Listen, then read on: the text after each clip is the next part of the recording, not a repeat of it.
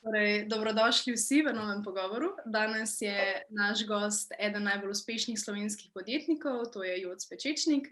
Gospod Pečečnik, lepo pozdravljeni v naši družbi. Hvala, da ste se odzvali povabilu.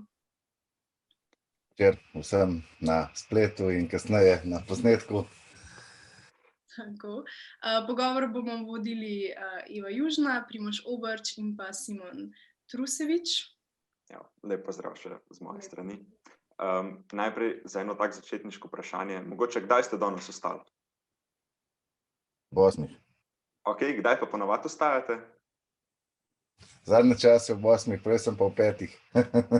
Ok, se pravi, ste si fajn organizirali, da lahko malo dlje se naspite. Ja, mislim, vse starejši si, več daješ poudarka na prosti čas in probaš izboljševati organizacijo. Predvsem je pa pomemben tak način delovanja za to, da prenašaš svoje znanje naprej. Mislim pa, da je v Sloveniji preveč supermenov, ker mislijo, da ne morajo podjetja funkcionirati brez njih. Pol pa pride do tega, da v starih letih so po 16 ur v pisarni.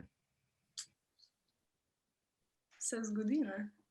No, za začetek, če se vrnemo nazaj v vaše otroštvo, recimo, če lahko malo poveste, kakšen ste bili vi najstnik, ko ste bili stari 17 let, ali ste ga bolj žurali, ali veliko delali, ste veliko razmišljali že o podjetjih in tako dalje, ali bolj na easy, kako naj rečem?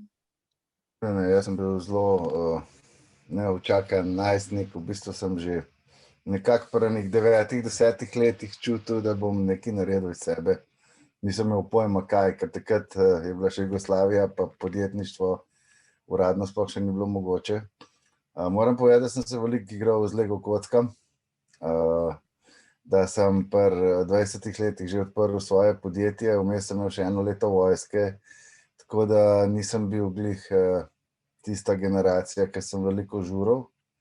Moram pa reči, da sem kasneje ob samem delu pa podjetju veliko potoval, pa sem imel tudi tam priliko in veliko videti in tudi kakšno zabavo obiskati in skratka, življenje je postalo pestro, ko sem pa leta 95 že šel v kazino, industrijo, sem pa moral prav šteti, kaj ni zabava, pa kaj je, ker je bilo vse zabava.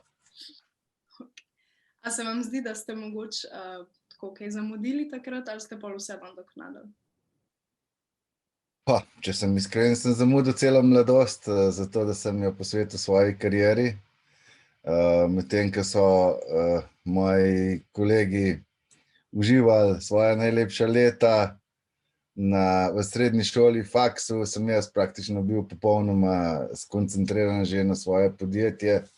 Na uspeh ne prihajam iz premožne družine, tako da je šlo dejansko takrat še dinar pa pol tolar na tolar palača, pa marka na marka palača, pa zdaj evro na evro. In pač v bistvu je temelj podjetništva, niti ni pamet, niti ni talent, ampak je predvsem vztrajnost. Seveda je izobrazba ena huda podlaga za boljše delo kasneje v karieri, ampak vztrajnost in vztrajnost in vztrajnost je vse v podjetništvu. Tle bi se jaz tudi malo navezal, se pravi, glih zdaj ste omenili, izobrazba ne toliko zelo. Pač, ok, mi smo vsi iz Bežigrada, iz gimnazije in saj jaz osebno vem, da imam tako dilemo, da kar nekako se pričakujem od sebe, da imam same dobre ocene, da imam nek standard, da pridem na nek tak faks. In hkrati se mi pa zdi, da me to ful omejuje pri nekih mojih hobijih, pri takih stvareh, ki bi jih lahko razvil. Mogoče ne vem kako, kaj bi vi meni svetovali kot nekem dijaku? A naj grem, zdaj vem, da je tako malo čudno vprašanje, ampak a naj grem za ocene, a naj grem za nekaj, kar me veseli, zakaj ne se ženem za podjetništvo? Mislim, jaz sem zelo slaba reklama za izobraževalni sistem, zato ker fakultete niti nisem nikoli končal, ker dejstvo je, da ko enkrat zabredeš globoko v podjetniške vode, nekako boja ne moreš peljati in jaz sem pač to izkusil. Zdaj, kar se tiče same izobrazbe, jaz niti slučajno nisem proti, da se ljudje izobražujejo maksimalno. Seveda je zelo pomembno, kakšno poklicno kariero si boste izbrali, ne. Seveda, če gre za kakšne poklice, kot so odvetnik, zdravnik, ki bazirajo na visokem intelektualnem znanju, potem pač brez izobrazbe tudi začetne baze ne morete postaviti. Kar se pa tiče podjetništva, je pa tako, ne, če bi vam vedel povedati, kaj se zdajle naučite, da vam bo pol v podjetništvu prav prišlo, bi vam povedal. Siguren je to matematika, siguren je to jezik, siguren so to ene dobre relacije z ljudmi, biti sposobnost socializirati se, da pa bi lahko rekel, da je v bistvu podjetništvo kaj drugega kakor reakcija na probleme in sprotno nabiranje znanja skozi celo življenje, bi se pa že malo lagal, ne. Tako da, če čisto dam en konkreten odgovor na tvoje vprašanje, ja, jaz mislim, da to primarno osnovno izobraževalen sistem je treba narediti, da se čimprej probaš preusmeriti k tistem, ki te zanima. Če te dejansko podjetništvo zanima, se je treba v podjetništvu vprašati, kaj te zanima. Mnogi ljudje povezujejo podjetništvo z boljšim življenjskim standardom, z več denarja, z nekim višjim vidikom življenjskega sloga, pa ni čisto tako, ne. Mnogi podjetniki propadajo in moja izkušnja je, da tisti podjetniki, ki se v podjetniške vode porinejo sami sebe zato, da bi obogateli, jim žal ponavadi to ne rata, ne. Neko kapitalsko bogastvo, itak podjetnik že po defaultu ves denar naprej vlaga in tako da je težko kdorkoli bogat. Bogat si takrat, kadar prodaš to, kar si ustvarjal, mnogi se žal za to ne odločijo. Je pa tako, da plačilo, uspeh, denar je posledica dobrega dela in če se odločiš za neko smer, če te nekaj zanima, če najdeš to, kaj te zanima, kaj bi rad delal, je največji privilegij za podjetništvo. Izobrazba je pa tako, nočem biti antipropaganda, ampak če bi bila izobrazba osnova podjetništva, potem bi bili ekonomisti najboljši podjetniki na svetu, pa niso, a ne. Tako da vztrajnost, ta dedikacija k cilju, se pravi, da res delaš tisto, kar hočeš, ker ta vztrajnost je pomembna zato v taki meri, ker podjetnika čakajo nenormalni napori, če hoče biti drugačen od drugih, če hoče uspeti. Danes je toliko te robe, pa toliko te konkurence na svetu, da če hočeš biti uspešen, ali moraš upravljati nek servis, ki ga široke množice rabijo in ga pač prepoznaš s pomočjo veliko digitalnih orodij, ali pa si inovator in odstopaš zato, ker si drugačen od drugih in ta naša nacija tukaj pod Triglavom je zelo inovativna nacija, zelo izvedljiva, ampak še enkrat, to, kar si zamisliš, gurat, ko bojo vsi rekli, slabo je, narobe je, moraš iti naprej, če ne, nobenemu ne rata. Super, jaz bi tudi rekel. Vprašam, prosim. Okay, torej, ja, se strinjam, da definitivno vsi ekonomisti res niso najboljši podjetniki, ne vedno, ampak se mi pa vsem zdi, da je ekonomija neposredno povezana s podjetništvom. To, da ti razumeš trg in vse to, ni to skoraj da najpomembnejše nekako znanje. Ali se vam ne zdi? Ja, je, absolutno. Jaz sem že povedal, vsako znanje, ki ga nabereš in ki je blizu poklicu, ki si ga zbereš, pa se bomo zdaj vnaprej v pogovoru dotikal samo podjetništva. Vsaka izobraževalna podlaga je super izhodišče za boljše delovanje vsakega podjetnika. In siguren, če imaš ti dobra matematična znanja, če imaš dobra ekonomska znanja, če imaš dobre podlage in na pravnem in na organizacijskem delu, boš lahko velikokrat v bistvu šel čez ovire hitreje in lažje.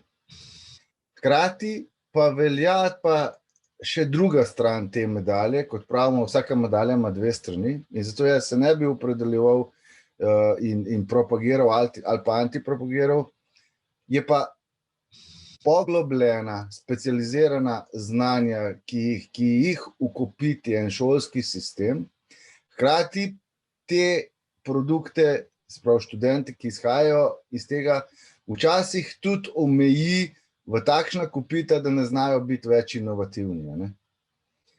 In zdaj vam bom povedal eno zgodbo, na kaj se jaz tukaj navezujem. Ne? Še enkrat, jaz nisem za to, da se mladi izobražujejo. Danes je vse splošen standard mladih in njihov ta izobraževalni nivo toliko visok, da vi že nimate drugega, vi se že morate. Ker to, kar smo mi imeli včasih srednjo šolo, to imate prvo zdaj magisterij, vi morate biti. Ampak, da boste vedeli, kakšni inovativnosti govorim, pa v čem je poanta, pa fora vsega tega. Spravi, en moj kolega, Janez Škrabec, smo bili enkrat skupaj v Švici, smo nekaj delali, rekel, a ti veš, da čmrl po svojih fizikalnih lastnostih ne bi smel leteti. Pismo to pa še nisem slišal, pa res, a se prav res. On je prevelik, predebel, površina kril in struktura kril je premejhna, da bi letel. Ne? In se rekel, in kaj, zakaj pol leti? Prav leti zato, ker tega on ne ve. In to je mnogokrat v življenju. Če ti preveč veš o stvari, se včasih že ne upaš na eno pot podati, ker si znaš vse izračune narediti, da tole je pa turiski in greš stran. Mi tega nismo delali, mi smo šli, seveda smo 9krat od 10krat nasankali, ampak smo bili toliko ustrajni, da enkrat nam je rajtal. In tega danes jaz ne prepoznavam. Te vrste ustrajnosti, te inovativnosti. Na kvadratu, ko se mu reče ekonomski trg, je vse že zaseden. Največje korporacije imajo vse sisteme vzvode, da kontrolirajo svetovno gospodarstvo. Je pa zelo lep področje tega kvadrata na robu. In na robu odločajo detajli. Recimo, če vam povem, naše podjetje Interblock je največji brand v igralniški industriji.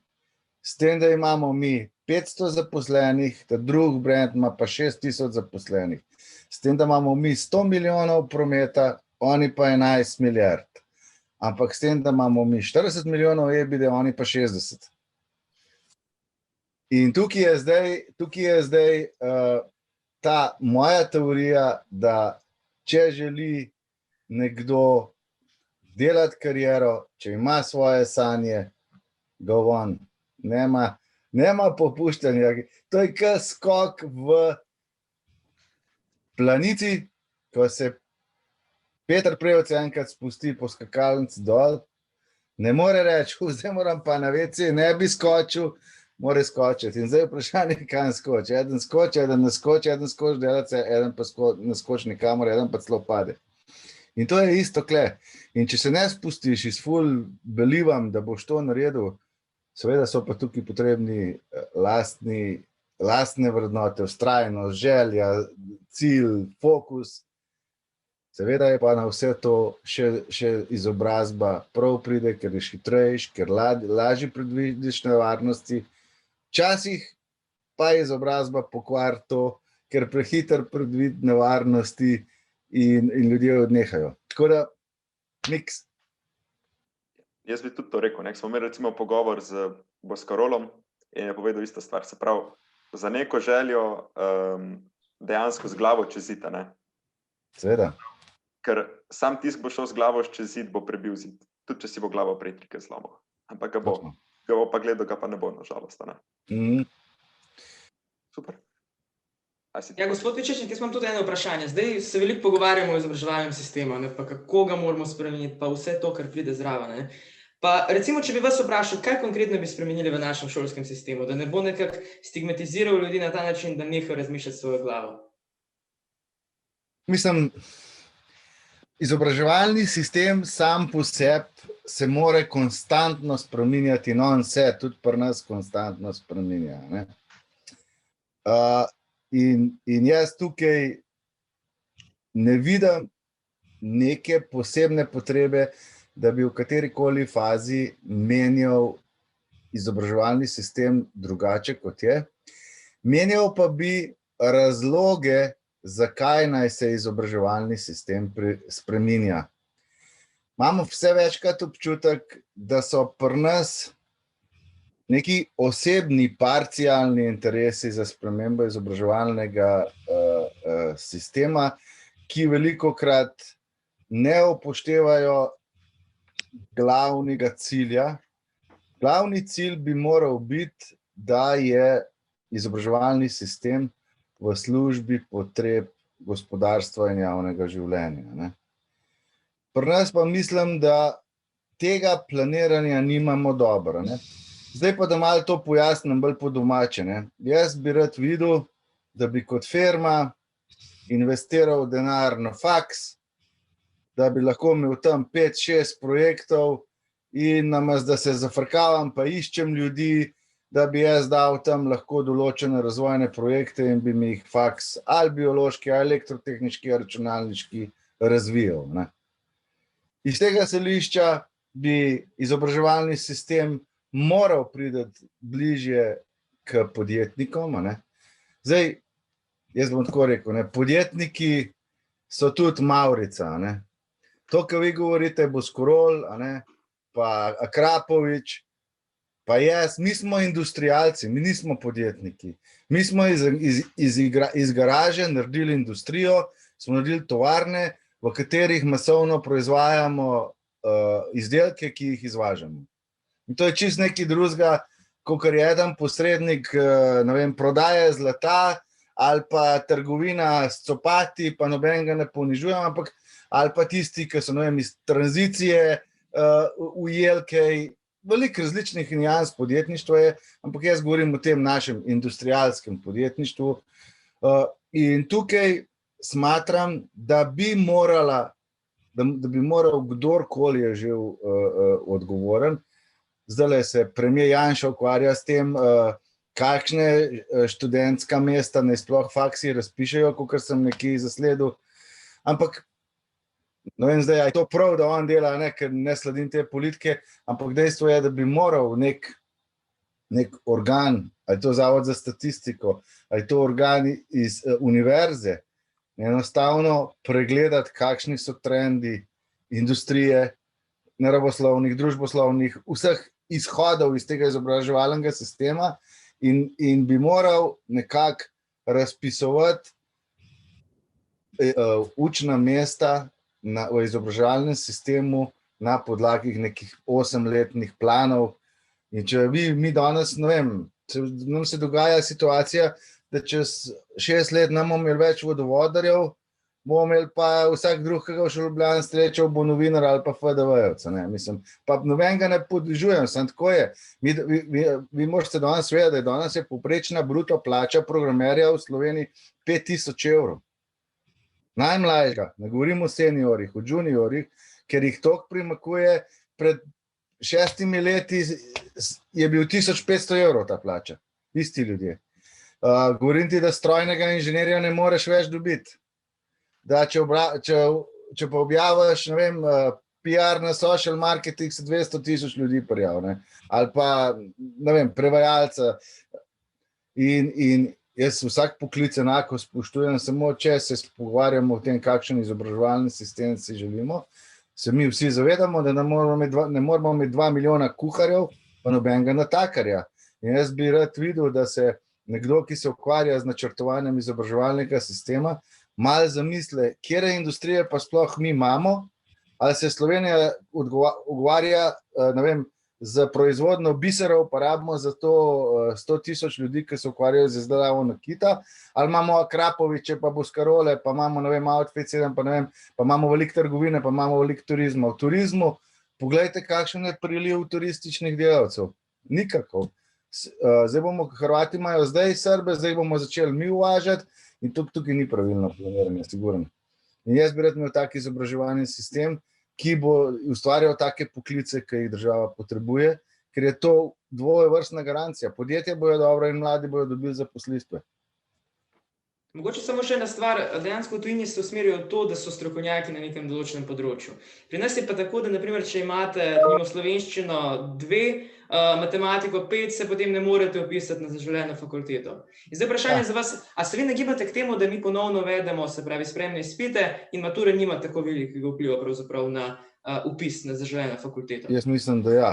Meni je to veliko bolj logično. Ne? Zakaj bi nekoga, ki ima namen imeti nek poklicni poklic ali pa administrativen poklic matral za celo goro gradil. Itak delodajalci iščejo znanje, ne? In vse manj se mi ukvarjamo s tem, a je vaš CV narejen na 3 strani, pa imate še 15 jezikovnih tečajev, pa vse živo, ker itak je trend zaposlovanja tako hiter, da imamo že mi pri onboardingu nek izobraževalen, mi rečemo onboardingu, sprejem novih zaposlenih, ne? In onboarding se v naši firmi imenuje proces, kako eden pride od čistilke do direktorja, ne? Tako rekoč. Ne? In zdaj, če se kadrujemo malo naprej, prijavimo mlade, jih zmečemo, jim vse živo pokažemo in pol ti mladi sami pokažete, mene pa to všeč, to mi ni všeč, zdaj, če je lenuh, se mu zahvalimo, če hoče delati, pa vedno najdemo mesto, pa je lahko mogoče prišel za testerja v laboratoriju, na koncu bo, ne vem, preizkuševalec softvera ali pa ne vem kaj, poiščemo za vsako osebo glede na njegove izkazane performanse primerno delovno mesto. No. Zdaj, hotel sem še nekaj, da me ne boste vi spraševali, vam bom jaz odgovoril še, kar se tiče mladih, pa startupov, pa širokih znanj. Ne. Zdaj, startupi kot sami so v bistvu v mladini zameglili sliko o realnosti in krutosti nekega trga in nekega gospodarstva. In v Sloveniji ful velja, zdaj, vi ste malo mlajša še generacija, ampak mogoče 2 generaciji pred vami, ful velja eno razmišljanje, ja, to bomo mi se skupaj dobili, bomo naredili en startup, bomo par idej naredili, par blok diagramov bomo narisali, malo sprogramirali, pa bomo za 100 milijonov prodali firmo. Ne? Jaz ne vem, vi ste verjetno slišali, pa spet nočem nekoga kritizirati, ampak veliko in državnih in zasebnih podjetij je vlagal in v akceleratorje, in v pospeševalnike, in v startupe, ampak jaz ne vem, če ima Slovenija success rate 0,05% pri teh startupih. Ne? Kar pomeni, eno je, kad ti rečeš, jaz sem pa najdu tableto, ki bo COVID pozdravila. Ne? In takrat seveda investitorji iz celega sveta na to platformo nalagajo denar. Sam ta denar ni vaš, vi morate zdaj to delivati. In če ne delivate, sledijo tožbe. In v Sloveniji kar nekaj primerov, ko je denar prišel, pa so zdaj v hudih tožbah. In ta startup in ta hitro pospešeno podjetništvo je v bistvu ena zelo zamegljena nevarnost. In jaz bi mlade res pozval, da premislijo, kje je cilj tazga dejanja, ker ljudje običajno cel svoj čas otvržejo denar še, si kaj sposodijo in na koncu pa 99% teh zgodb narata. Te startupi so dobri ponovadi, najbolj so uspešni tisti, ko vi neko inovacijo naredite in rabite nek kapital za proizvodno. Te so tipično najuspešnejši. Drugače pa, da bi na long term vi vzpostavil neko z neke hitre ideje, pa z nekim hitrim loadanjem kapitala uspešno zgodbo, je pa 0,5% možnosti. No. Da naj vam to ne zamleguje. Vi si lepo ne berete izkušenj in vse zapomnite si to. Mogoče jaz čist trapasto za mlade zvonim, sam nekoč se bojo spominjali na svoji poti Jaz smatram, da je za eno uspešno podjetniško zgodbo o Radu že minimalno potrebno 10 let. Tako. Jaz bi vas tudi to vprašal, ker danes je, YouTube, internet, ampak toliko je enih možnosti zaslužka, toliko je enih poklicnih, telih poslovnih modelov, od dropshippinga, nekih spletnih trgovinca, prodaja na Amazonu, day tradinga in tako ste rekli, startupov in vsega tega. Mogoče pač, kako vi gledate na to? A je to sploh možno v Sloveniji se s čim takim ukvarjati? Je s tem sploh možno zaslužiti? Oziroma... Je. To so, jaz sem prej vmes omenil, pa bom še enkrat povedal, ne? Ali se greš ti podjetnika, industrialca, kjer razvijaš produkt, ki ga potem dejansko razvijaš, proizvajaš, izvazaš, to je jebeno, da kar tako povem. Sploh pa danes. Ker se pa tiče vseh teh trgovinic pa online, je pa to, Američani rečejo, service business. In vsak service business je dovolj dober in se ga splača narediti, če najdeš vsaj toliko strank, kolikor imaš stroškov. Ker tudi, če ti delaš s 500 evri na mesec, je to super success, ker če že ne drugega se buildaš, pa dobivaš izkušnje in boš po naslednjem koraku ful dobro naredil. Ampak se morajo ljudje pol zavedati, da tukaj pa veljajo ekonomska znanja, tukaj pa veljajo izračuni, da so stroški, prihodki minus stroški morajo biti pozitivni. Je pa zdaj spet tako, zdaj pa ne vem, koliko vas na šoli naučijo, kako poiskati ta opportunity, ne? Ker to je najbolj pomembno. Ne? Saj vi vsi znate kupiti 10 škatel za 100 evrov, pa jih za 150 prodati. Ne? Tudi znate na koncu narediti bilanco, pa reči 50 evrov imam dobička, pa pol moram državi dati, ali pa če imam kakšne olajšave imel, pa je to. To ni tak problem. Če to ne znaš, itak imaš računovodja, ekonomiste, ki jim daš 300 evrov na mesec, pa to naredil. Sam kako pa se pozicionirati, kje najdeti ta svoj opportunity, da bodo mladi rekli, tole bi pa jaz naredil, rabim 10,000 evrov kapitala, naredil si bom internet stran in to je moj servis. In pa vidite, pridejo druge tuje korporacije od drugih mladih ljudi, ki nam pol pač življenje spomnijo, pa nam kar naenkrat naredijo sistem, da mladi iz kolesi dobavljajo hrano, ne? Ker mi tega sami nismo znali prej. Ne? Pa je zdaj ful popularno, pa še ta COVID jim je čist sedel, ker je še super bilo. Ne? Ampak je polhan takih stvari. Ne vem, v Sloveniji nobeden ne ponuja po internetu, da bi jaz naročil, jaz imam pa danes rojsten dan, 10 nas bo, pretežno smo pijanci, bolj malo bomo jedli, daj prinesti pekič, to stane, pa mi naredi party. Veš, in vsi se spet pogovarjamo o nekem event managementu, kako bo Siddharta na stadionu pela. Ne? Ampak je v teh super malih servisov, ne vem, jaz sem že enkrat delal internet stran z enimi mladi, pa ne vem, če so pol kaj naredili. Ne vem, v Ljubljani nimaš delivering servisa. Ali pa če obstaja, ga jaz ne poznam, ker še pač fantje še niso spremljali. Če jaz hočem reči, Eva Južna ima pa jutro, jaz sem dan zdaj, ne vem, kje živi v Črnomlju, kako naj jaz zdaj pošljem, ne vem, ali pa v Ljubljani, kako naj pošljem 5 vrtnic, nimam ideje zdaj, kako v Sloveniji.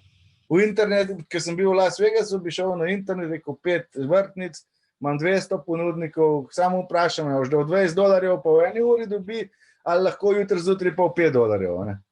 In teh servisov je veliko možnih. Ne? In tako da, recimo, ne vem, vsi veste, da Slovenija kupuje nove vlake. Ne? Čak, zdaj se bo kdo, zato ker imamo nove vagone, se bo kdo več vozil kot prej. A mi vsi vemo, da nimamo razvejane infrastrukture in da se rab narediti neka povezava do vlaka. Ne?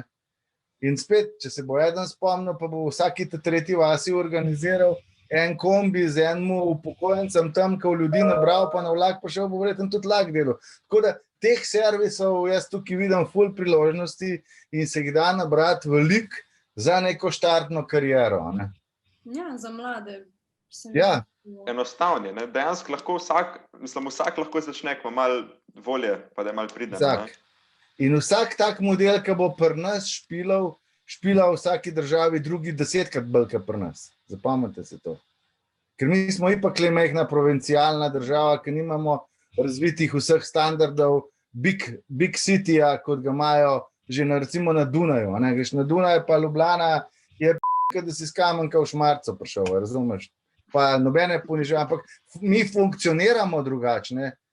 Nimamo tramvaja, nimamo te mestne infrastrukture, ki že Zagreb je bistveno bolj. Zato so vedno rekli, v Jugoslaviji je Ljubljana bilo selo, Zagreb mesto, Beograd pa metropola. Ne? In že Zagreb funkcionira bolj. Ampak klik zato, ker smo taki, je možnost veliko servisov. Ne?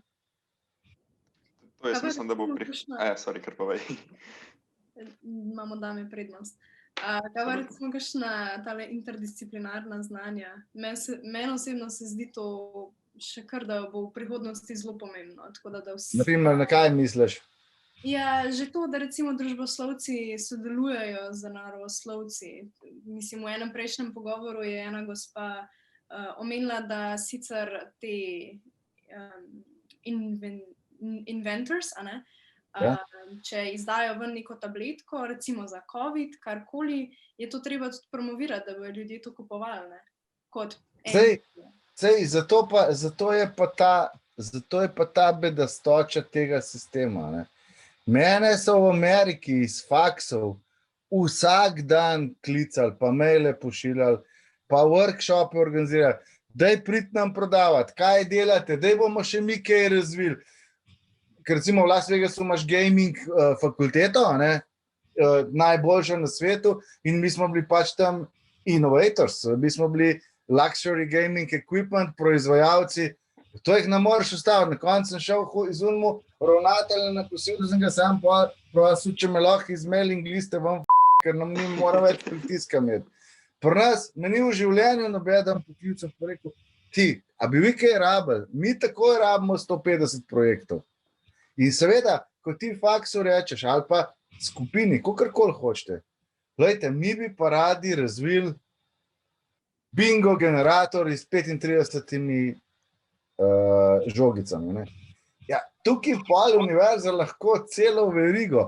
So tukaj elektroniki, so tukaj konstruktori, so tukaj programeri, so tukaj ekonomisti, so matematiki, ki morajo začunati. Mislim, to je cela veriga povezovanja, kot ti praviš, interdisciplinarnih dejavnosti in funkcij na enem takem projektu. In zato mora takšna izobraževalna ustanova nositi tak projekt. Zdaj pa mi to vse sami naredimo, ne? Brez veze. Ampak zakaj v Ameriki, prej ste omenili Ameriko, zakaj tam tukaj več tega? So tukaj boljše fakultete, je tukaj drugačna mentaliteta?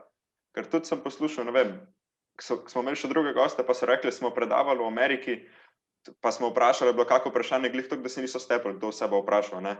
Tle v Sloveniji pa je kako vprašanje, pa je tišina. Ja, mislim, jaz ne vem, kdo vse je v Ameriki bil, pa bom predaval, jaz sem tam 8 let živel.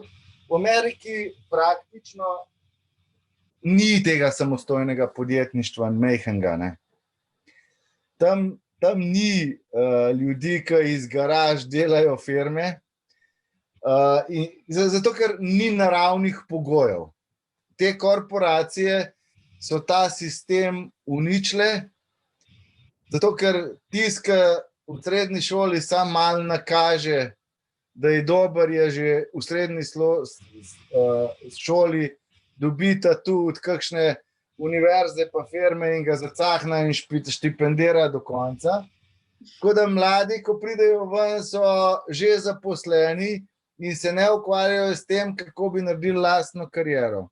Tisti, ki so pa tehnični inovatorji, jih pa spet Silicon Valley ali pa Boston pač povabijo k njim že v urejeno okolje, ker se ne rabijo ukvarjati z računalnikom, s pisarno, z računovodstvom, pa sem in tam delajo in pol jih pustijo, da tam delajo, za une malo bolj trmaste in takoj, ko pridejo do enega nivoja, jim dajo tako ponudbo, da jih kupijo, a ne?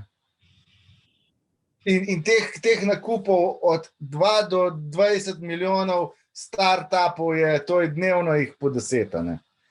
In te mladi so zadovoljni, dobijo še CEO pozicijo, cash dobijo in te velike korporacije pa iz izobraževalnega sistema sam dodatno produkte dajo k svojemu konglomeratu koliko je, ne vem, Louis Vuitton v Evropi, še malo pa bo kamorkoli še kumarce jete, boš odprl pa v Louis Vuitton, a ne? Ker oni so vse luxury trg, so že vse pokupili. Zdaj so še Pinarello kolesa kupili. In tako da tam podjetništva tega na tem nivoju, ki je pri nas, da je nek safar, nek matranje od začetka, tega praktično ni. Je zelo močen servisni del, te mehaniki, vodovodari, ne vem, če hočeš, da ti en pipo popravo, ne, je tam tako, ga pokličeš na to številko in reče, ok, $200 je fi, da pridem pogledati, kaj rabiš. Tako je za začetek, za dober dan. Podaš $200, da pride in pol, če ti dela, pa če izračun več, ti teh $200 šteje, če pa manj, ti pa ne všteje. Je pa $200. Tako da... Ko pa to, Amerika, dežela priložnosti, ne vem, neskončnih možnosti in vsega tega delaš lahko, ker želiš, vsak lahko speče pripravljen delati. Absolutno. Absolutno. To še vedno. Absolutno. Se pravi, jaz sem v razgovoru v procesu, kjer mladi ljudje ustvarjajo podjetje in produkt, da grejo na trg, tega oni skoraj nimajo. Zato smo mi taki, jaz sem bil tam izbran za 25 managers to watch iz American Business Association.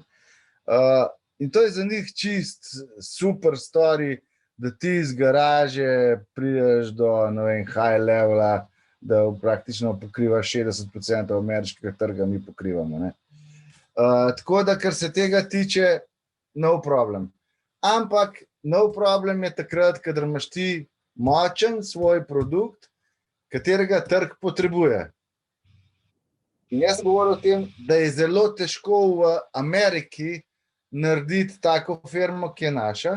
Če pa tako firmo imaš, kot jo imam jaz, je pa Amerika super kot trg, ker rabi te produkte. In Amerika je super kot trg zato, ker oni dejansko, če jim daš ti nekaj, kar je uspešno, kar rabijo, ti si takoj del Amerike. Noben ti ne bo rekel, ti si pa tujec, kvakle delaš, zakaj, sam da ti profit ustvarjaš, welcome. In je, definitivno je najlažji biznis, kar se tiče prihoda na trg je v Ameriki, definitivno land of opportunity for sure, je pa Amerika pokrita z vsem živim, tako da je težko najti produkt, s katerim si konkurenčen. To je pa večji problem, ker imajo pa že vsega. Cool. Zdaj, če prav razumem, torej kaj, začeti v Sloveniji nek hud produkt, odkriti, ki ga Amerika kao potrebuje in pol z njim švigant tam. Ja, se pravi, zdaj odvisen spet na katerem nivoju. Če želiš biti industrialec, potem seveda narediti nek produkt, razviti tovarno, proizvoden proces in je tja top, siguren. Za unga, ki noče biti industrialec, ki hoče biti biznismen, pogledati, kateri produkti so v Sloveniji že na trgu, ker Slovenija je zelo pasivna pri internacionalizaciji produkta. Ne vem, kot Gorenje v najboljših letih je bil v 62 državah in zveznih državah, Interblok je čez 110 državah in zveznih državah. Ne. Tako da trg je res velik. Ne. In pač, ne vem, če ti prodajaš kapo kupujejo v Vietnamu, Kitajskem, v Sloveniji, na Hrvaškem, v Ameriki, da je samo vprašanje, je tvoja kapa toliko inovativna, da jo bojo posod kupali, ali je toliko pocen, da jo bojo za svoj kupali, ali si jo tako zbrandiral, da jo posod kupali. In tako da je, mislim, če bi jaz tako rekel, ta non-industrial, theoretical business, ko mu mi to rečemo, ali pa po slovensko je to posredniški biznis, je sigurno Slovenija neokrnjena dežela, kjer si lahko zbereš produkte, pa rečeš, šula je tam lepo vrhunski proizvajalec, jaz ga bom pa spravil v Nemčijo, v Belgijo, v Ameriko in teh produktov je pri nas dovolj. Mogoče samo še ena stvar, da tukaj dodam, kar ste omenjali turizem. Recimo primer, če se peljete na Poljskem, po avtocesti, Imate povsod oglase, hrvaška obala in tako naprej. Nikjer pa ne zasledim česar slovenskega, recimo, to, kar ste prej povedali. In tukaj bi jaz vas vprašal, kaj so možnosti razvoja slovenskega turizma, ker to pa je nek paradni konj, v bistvu Slovenija, če tako pogledate. Zdaj, prva stvar, ki je, Hrvaška se v moji oceni loteva turizma slabo. Ta turistični potencial, ki ga Hrvaška želi izkoriščati, je pred 15 leti počela Španija in je pri prvi krizi zelo nasedla, ker tukaj gre za masovno vabljenje gostov z budžetom pod 500 evrov na teden, kar pomeni, da ti praktično več smeti naredijo, kakor pustijo zaslužka. In tako da jaz se z njimi ne bi strinjal. Zdaj, jaz nisem najbolj pameten na tem svetu, da bi vsem dajal predavanje, ampak če glede na tvoje vprašanje lahko izrazim svoje mnenje, bi jaz pač izbral v turizmu 4-5 panog, na katere bi se popolnoma fokusiral in jih dejansko tudi brandiral. Vem, da nimamo časa za 5 njih, ampak če recimo zberemo eno.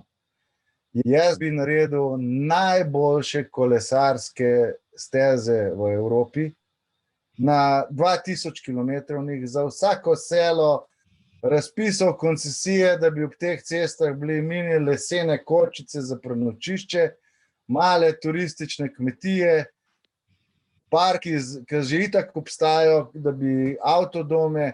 To je najhujši turizem ta moment in bi samo pazil, da te obiskovalci ne uničujejo države, visoke cene za solo in srednjemu razredu iz cele Evrope kazal beauty of this country, ki ga težko vidiš kjer drugje. In to bi bil za nas najboljši turizem, ker ne bi rabili velikih hotelov in vsa država bi se povezala, kmetije, teli ponudniki turističnih storitev, mladi, vse se danes to pobukira prek appov. V Bohinju se nekaj takega že dogaja, ampak ni to povezano na nacionalnem nivoju. In zato, če ti hočeš nek nacionalni nivo povezati, mora nekdo, ki je pač in charge of government, zagotoviti to infrastrukturo. In če bi ti naredil najlepše kolesarske steze, ki bi bile tudi po noči osvetljene, ker ne pozabi, da poletje je težko po dnevu kolesarki, vroče, ki bi bile mogoče pozim tudi spucane, pozim, ki imamo pa v primerih, ki je pa toliko snega, imaš pa spet drug del turizma, ki bi pa lahko teh na smučeh ali pa karkoli drugega ponudil. In jaz mislim, da ta povezljivost, se pravi neurbanega dela s turizmom in investiranje v tako infrastrukturo je sigurno vreden več. Jaz pa še to vprašal, ker prej ste, zdaj bo malo off topic, ampak prej ste omenili nek biznis klub, pa to mentorstvo za mlado. Mogoče, ne vem, lahko poveste, če bo kdo od mladih poslušal, pa da bi ga zanimali kakšno informacijo več. Ja, jaz zdaj pripravljamo z podjetniki nov SBC 2.0. V bistvu bomo prilagodili klub tudi, oziroma bomo še bolj odprli vrata za mlade. Imamo že SBC mladi, ampak jaz si želim še bolj odpiranje vrat. Naredili bomo tudi priložnost, da bojo mladi nam predstavljali svoje projekte preko YouTube kanala in jih bomo odkupovali. In odkupovali jih bomo tako, da bomo odkupili projekt in zraven dali mentorstvo, ker mladi rabijo poleg denarja tudi mentorstvo. In tako, konec oktobra na SBC strani bo to objavljeno, tudi medije bomo dali in bomo izbirali najbolj zagnane mlade podjetnike, ki bodo nosilci prihodnosti. Odlično, ker tega se mi zdi, da tako res primanjkuje v Sloveniji. Jaz sem zaenkrat, kar sem raziskoval, pa sem slišal za ene par pospeševalnikov, pa slišal sem za eno tekmovanje teh mladinskih podjetnikov, kjer je bolj kot ne namen, da tam pridejo podjetja, lastniki in slišajo naše ideje, pa oni ustvarjajo nekaj podobnega. Ja, tako je. Ampak ne, odlično. Jaz mislim, da tukaj tudi za mlade, treba biti paziti, komu prosti kakšne ideje. Niso vsi podjetniki isti in jaz si želim, da mladi razumejo, da vsak podjetnik se bo za sposobne mlade ljudi stepil. Mi to vsak dan počnemo, tako da, kar se tega tiče, jaz ne vidim tukaj velikih težav, da se tisti ljudje, ki hočejo delati, ki imajo idejo, ki imajo ta žar, vztrajnost, ne bi našli nekoga. Tako da mi bomo pa odprli na širok te vrata, ker se nam zdi to pomembno. Zdaj, če lahko še jaz nekaj vprašam. Meni so določena vprašanja, ta sklop vprašanj. Torej, glede na to, vemo, da ste podjetnik, vemo tudi, da ste veliko zaslužil. Kaj pa recimo, zakaj pa se gre v podjetništvo? Oziroma konkretno, zakaj ste mogoče vi šli? Torej, je bil cilj nekako zaslužiti ali ste sledili svojim sanjam, svoji strasti, pa mogoče čist direktno, koliko vam dejansko denar sam pomeni? Oziroma to, kar denar kupi mogoče boljše. Ja, mislim, tukaj je ta vprašanje, jaz temu rečem, to je parodija. Sanje o tem, da podjetniki uresničujemo svoje sanje, to samo novinarji nad 50 let stari govorijo, ne? Ker podjetništvo niso sanje, podjetništvo je težak, po moji oceni, najtežji možen poklic, ker menedžer, ne govorim o menedžerju, na Darsu, ki ima še 24 pomočnikov, govorim o menedžerju v privatnem podjetju, med industrialci, med servisnimi podjetji, med trgovinami, je to pač človek, ki je nastavljen, da rešuje probleme, ne? In to je definicija menedžerja, ne? In bolj ti rasteš, verjetno vsi, vam ni treba razlagati, da število problemov raste, in če ti te probleme uspešno rešuješ, je posledica tudi denar. Vendar jaz sem star 52 let, od 20. leta naprej sem podjetnik. Jaz nisem še nikoli dividende dvignil v svoji firmi. In sigur, pri meni nikoli ni bil motiv denar, pa je bil denar. Kaj to pomeni? Jaz nikoli nisem zato delal, da bom bogat. Delal sem pa zelo, zelo zagnano, v strahu in v želji, da si bom lahko zagotovil najvišji možen življenjski standard. In to sta dve različne stvari. Jaz, ko sem bil še mlad, ko sem imel še veliko manj premoženja, veliko manj potenciala, sem živel skoraj podoben lifestyle, kot ga živim sedaj. In že takrat sem se v business klasu vozil ali pa v first klasu z avionom, ko so drugi rekli, ti si budala, mi damo 500 evrov, ti daš pa 3000 evrov. In sem mi rekel, ja, samo jaz v moji stranki pridem kot gospod, vi pridete, kakor pridete. In to za mojo psiho, za moj mindset, za moje delovanje, je to ful pomenil. In zdaj, kdo ima prav, je to različno, ne? Jaz to nisem nikoli govoril, da sem jaz najbolj pameten. In pa zelo hitro sem prišel do tega, da sem imel v življenju ogromno denarja, ki sem ga lahko vlagal v razvoj podjetniške strukture, ne? Ker ga rabiš ogromno. Nikoli pa nisem imel denarja, da bi vase vlagal za svoj luksus in to. Tudi kadar sem si kakšen kupil luksuzno stvar, sem si kupil 2003 že 24-metrsko barko, ampak jaz sem jo zase vzel kot joc na kredit. Zato, ker sem rajš obračal denar v podjetju, ker sem tam več zaslužil. Tako da denar mora biti, če denarja ni, pol je to vse skupaj brez veze. Ne? In ker je ipak merilo podjetništva je dobiček, denar, uspeh, kapital, rast, velikost. Ta oseben cash pa, valjda, mora biti, ne moreš zdaj se tam tresti, da boš lahko cviček kupil, ali boš šampanjca, ne?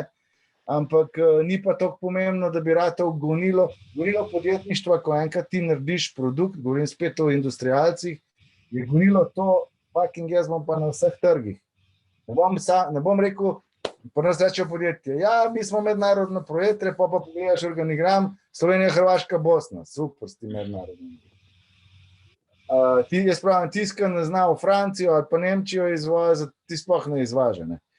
Ampak to je vse tako blizu, Evropa je odprt trg, tam so res možnosti izvoza, veste, kaj smo mogli včasih vse delati. Jaz moram za Ameriko, da lahko upravljam igralniško dejavnost, v vsaki zvezni državi pridobiti igralniško licenco, to je licenca za obratovanje tam, da sploh lahko odjoc tam delam.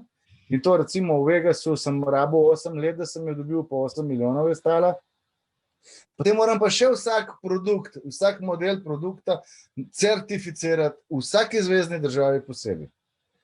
To je 38 trgov samo v Ameriki, mi imamo 250 licenc, 16 ljudi samo vzdržuje to. Tako da ta Evropa je res božji dar in taka majhna država, kot smo mi, pa mi bi mogli biti Švica takole, ne. Sam, žal nam veliko stvari se še ni poklopili, pa upam, da se bo, no. Ja, se mislim, da ste rekli v enem intervjuju, ki smo se pripravljali, da je Slovenija najbogatejša država na svetu. Seveda, toliko malo, kakle delajo ljudje, pa kolikor imajo keša, ni nikjer na svetu. Ampak, a pa mislite, da je Slovenija gotovo je primerna za Evropo, ne? Ampak a se da bojo mladi zdaj slišali, ko ne vem, jaz sem imel kar z ene parimi, sem se pogovarjal, pa so rekli, se v Sloveniji pa ne moreš nič narediti, da grem jaz v Ameriko, ker je tam to lažje. A je to zdaj res? Ja, veste kako, v življenju Američani imajo en ful dober rek, kako ga naj prevedem sam. Bom tako rekel, rečejo, ali si žebljiček, ali pa si kladivce. Če hočeš biti žebljiček, se pravi, to je to, kar te eno udarja, pa hočeš dobro kariero, dobro službo, spel takoj, London, Amerika, nemoj ništa ni, da pomišljaš ovde. To je brez veze, takoj ven. Če pa hočeš delati svojo podjetniško, industrialsko, ali pa tudi storitveno dejavnost, je pa Slovenija čisto super kraj, da začneš. Seveda, če ne bomo imeli čez 5 let nobenega tehnika, pa nobenega več, ampak bomo imeli samo pisatelje. Pa ne vem, moj sin je tudi filozof, ampak ne govorim nič podcenjujoče v nikomu, da ne bo kdo mislil, ampak treba to strukturo pa. Drugače je Slovenija za začetek čisto v redu okolje, smo del EU, zaenkrat imamo še mir, imamo stabilno okolje, imamo dober bančni sistem, davčno smo na nek način dobri, na nek način slabi, skratka za začetek je čisto super. Jaz tukaj ne vidim nobenega problema in kar doma ustvarite. Torej, mene zanima, prej ste rekli tale prosti čas, oziroma delo zelo pomembno, seveda se strinjamo, ampak tudi sprostitev je potrebna, tudi preživljanje časa z družino, pa tako se imeti radi. Koliko imate dejansko, oziroma zihar imate čas za to? Ti si me raznežna zdaj. Tako je, jaz imam veliko časa preživim iz novo družino, sicer ta nova je že 15 let stara, ampak ko podjetnik začne ustvarjati svoje cilje, ne sanje, cilje, je približno tako, kot greste v trgovino iz živali, pa kupite hrčka, pa kupite boben. Daste hrčka noter, ki skozi po bobnu laufa. Kolo. Ja, in če ga noste, včasih so kakšne pasme, ki že jo naustavite, bo to vse laufa, da bo ga kap zadeva tam. Tako približno smo podjetniki. Ne?